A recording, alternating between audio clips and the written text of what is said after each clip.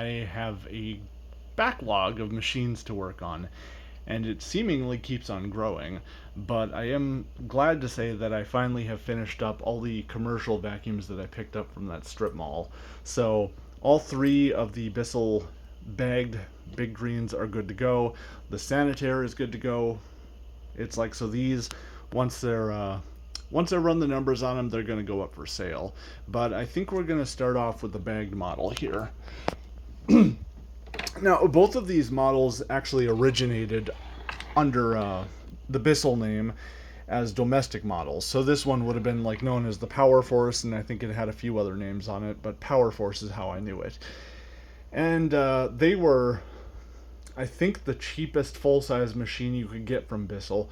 I want to say during my like college years, they were $30, but they might have been 40. But I'm pretty sure I remember them running at $29.99. So I mean, they were a cheap machine, and they weren't terrible. You could do worse, but they definitely weren't great either. And of course, you know, they were a bagged machine, style 7 bag, style 7 belt. These, I threw a HEPA bag in them.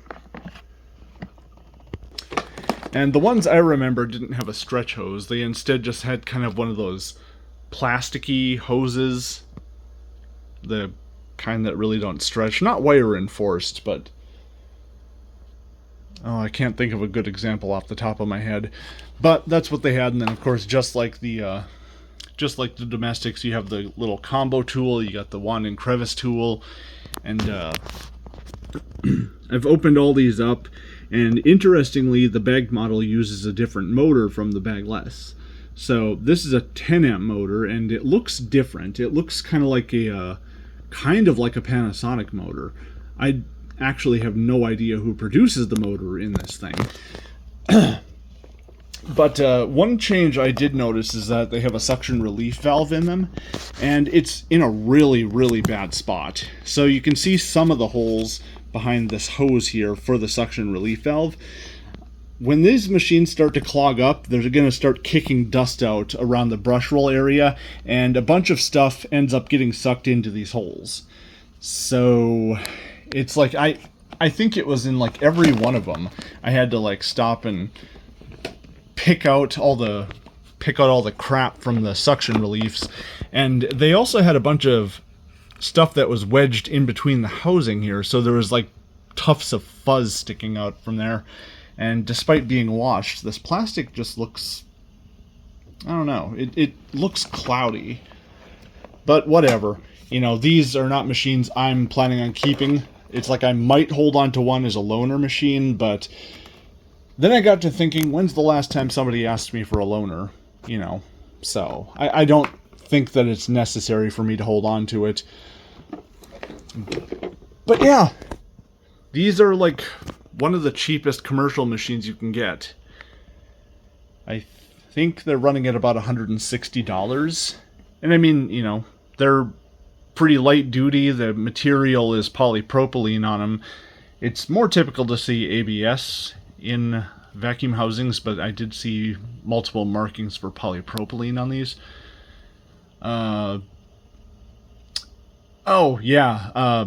So at least 2 of these bagged uprights were clogged, and I think that suction relief plays a pretty big part in there, because they had like, these were used in like a retail store, so there was like paper pieces, you know, like sales tags or whatever, that had gotten caught in the hose, and of course that suction relief valve opens, you have less force, you know, moving the air through the hose, and yeah, it was quite something. And since they don't really make these cuffs removable, see, if this back here was removable, you'd have a much easier time trying to clear things out of here, but this is like a hard plastic, so I have a feeling if you tried to force that off of here, you would probably snap it. So, kind of a design flaw in my opinion, you know, having that suction relief valve and having this hose that's not removable. It's like, I'm usually in favor of a suction relief valve, but these seem a little bit too sensitive to me, or like they open a little bit too easy, and then you end up cutting off a lot of your vacuum suction from there, which can result in something catching in the hose. And then the last one, I think they just had the bag tucked in kind of weird, so it was actually interfering with the housing being closed. Now, obviously, we don't really have that problem here, but I mean, the paper bags, you know, they're a little less flexible. So they were kind of caught in here, and of course, you know, that's just going to cause it to leak from all around the bag chamber. Yeah. All right, we'll take the voltage, wattage, and all that good stuff. So here is our ambient voltage. We'll start this up. Let's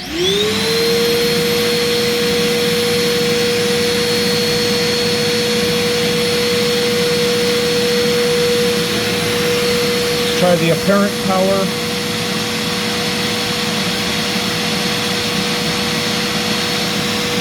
And we'll put it to the carpet.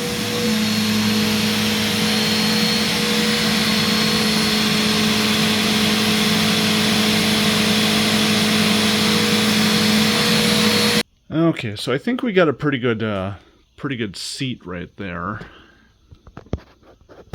Oh yeah. Yep, we got a good seat there for the airflow gauge. I don't think I'm going to be able to sneak the suction gauge into that. These two little raised screws and whatever over here I think will get in the way. So we'll just take the flow here and we'll try the suction, but no promises.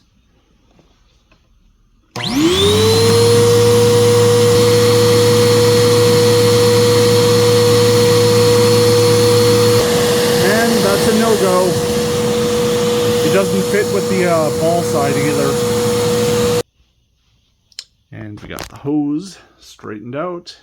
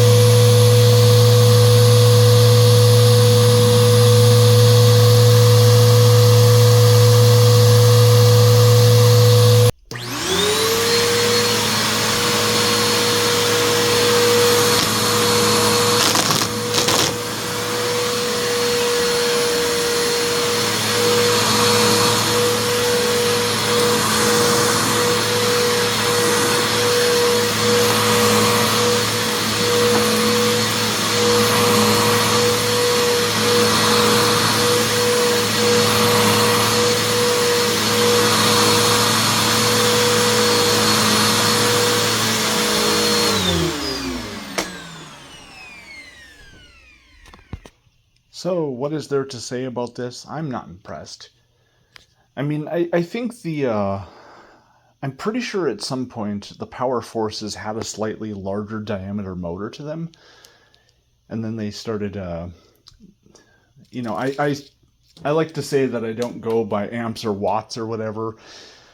But I noticed that, you know, when they went to the 10 amp models, they got a little bit more shrill, like the sound of the motor did. So clearly they started putting a smaller diameter motor into them, and this would have it, because it's definitely not the motor I remember seeing in the Power Forces. And you know, it really doesn't have much suction to it. You know, it tops out at like what, 40 something, at least when that relief valve triggers, and it's clearly led to some problems with these clogging. So, I mean, yeah, it's one of the cheapest commercial machines you can get your hands on, but you're going to get what you pay for. And it's like, you know, if you want my advice, get a better machine, especially if you're dealing with commercial settings, because, I mean, I just don't see this as being a great choice for it. So, it's unfortunate, you know, the original Power Forces weren't terrible. They weren't great, but they weren't terrible. But this is just unimpressive.